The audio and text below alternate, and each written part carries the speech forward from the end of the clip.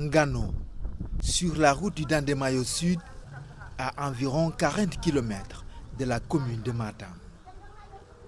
Son nom est sorti de l'anonymat grâce à l'international sénégalais Khalidou Koulibaly. Les parents du capitaine sénégalais sont originaires de ce village qui s'est distingué par deux faits majeurs. Les populations de ce village avaient réussi à capturer vivants deux lionceaux pour les offrir à l'ancien chef de canton de l'époque, Abdou Salam Khan.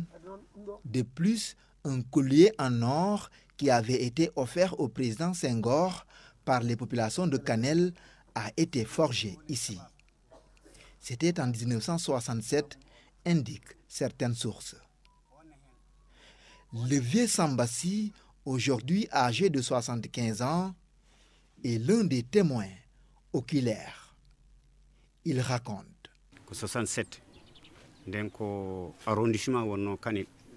En 1967, le président Senghor avait annoncé qu'il allait venir nous rendre visite, nous, ses cousins alpulaars de Kanel.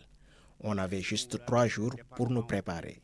Les sages avaient discuté sur le cadeau qu'ils comptent lui offrir. Ils sont tombés d'accord sur un collier en or. Ils ont cotisé, réuni la somme et ont acheté la quantité d'or nécessaire. Mais il fallait ensuite trouver des forgerons capables de confectionner le cadeau en 3 jours maximum.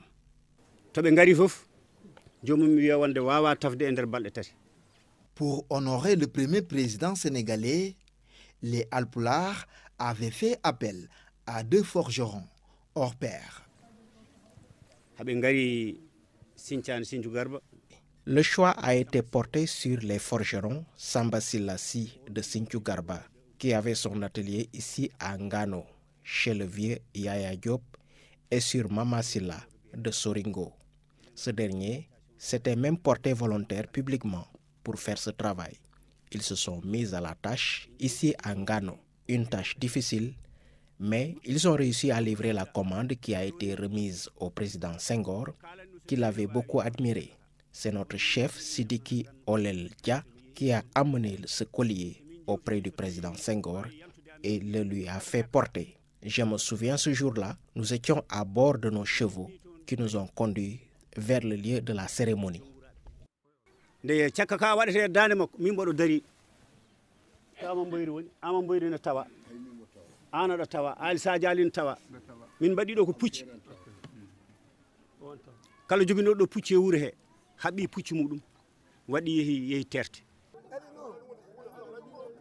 C'est sur cette terre nue qu'était implanté l'atelier où a été forgé le précieux métal.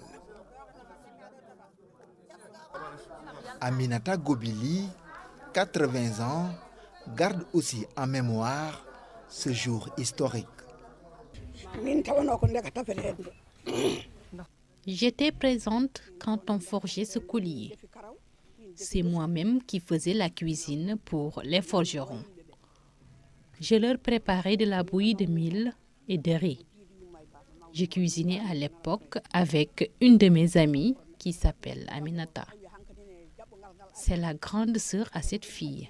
Elle vit actuellement en France. Ces forgerons ont pu faire ce travail en un temps record.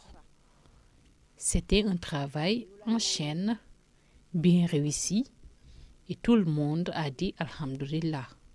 Le collier était très joli.